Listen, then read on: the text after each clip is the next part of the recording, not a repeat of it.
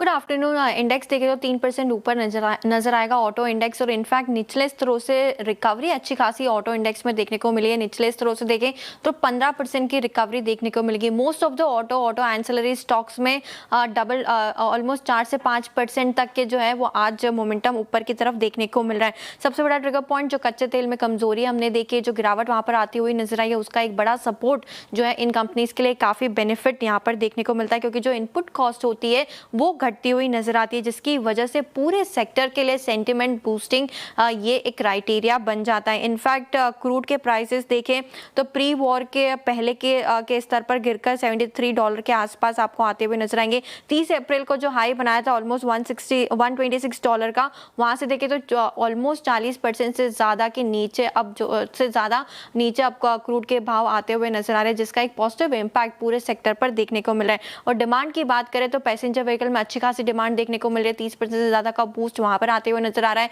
In fact two wheeler के segment में भी डिमांड जो है वो काफी पॉजिटिव पिछले कुछ महीनों में और पिछले कुछ हफ्तों में देखने को मिली है। रबर, प्लास्टिक, पेंट जैसे जो petrol derivative products in company के इनपुट कॉस्ट में इंक्लूड होते हैं, उधर अगर सुधार मिलता है तो एक काफी बेनिफिट इस सेक्टर के लिए नजर आता है। इनफैक्ट काफी सारी कंपनीज ने ऑलरेडी प्राइस हाइक कर लिया है, जीएसटी का बेनिफिट मिलते हुए नजर आया था, तो डबल बेनिफिट जो है कंपनीज को मिलेगा। अब सपोर्ट भी है रॉ मटेरियल का, तो मार्जिन जो है वो भी बेहतर होते हुए नजर आएंगे। सीपीआई का जो आउटलुक है वो बेहतर होते हुए नजर आएगा, तो ब्याज दरों बढ़ने की जो चिंताएं थी, आशंका थी, वो भी अब धीरे धीरे कम होती हुई आपको नजर आएगी। तो सेंटिमेंटल बूस्ट है क्रूड का नीचे आना, साथ ही साथ जो रॉ मटेरियल के प्राइसेस है वो कम होना, तो मार्जिन एक्सपेंशन की उम्मीद यहाँ पे बढ़ती है। और लगातार डिमांड जो है वो काफी अच्छी पिछले कुछ समय में देखने को मिली है। पॉजिटिव रिपोर्ट भी आई है सीएलएसए की हीरो मोटोको पे, उसकी वजह से भी एक बूस्ट यहाँ पर बनते हुए नजर आ रहा है। आउट परफॉर्मेंस की कॉल है, टारगेट देखे तो 5,728 रुपए का आते हुए दिखा है। सीएलएसए का मानना है कि एक्सपर्ट्स के मुताबिक एल नीनो को लेकर ज्यादा चिंताएं जताई जा रही है, हालांकि इतना इंपैक्ट यहां पर नहीं देखने को मिल सकता है।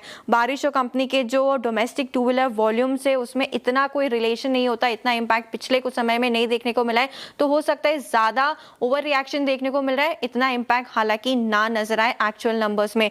14% मार्जिन के साथ पॉजिटिव वॉल्यूम ग्रोथ की उम्मीद यहां पर लेके चल रहे हैं। जीएसटी कट का बेनिफिट देखने को मिल रहा है, और जो लॉन्च पाइपलाइन है कंपनी की वो भी काफी स्ट्रॉन्ग है, और साथ ही साथ जो रिस्क रिवॉर्ड है कंपनी का वो भी आपको काफी अच्छा नजर आएगा, क्योंकि फिलहाल के जो वैल्यूएशन है वहां से मार्जिन्स और एबिटा में 13 से 15% की एक्सपेक्टेड ग्रोथ आने वाले समय में देखने को मिल सकती है।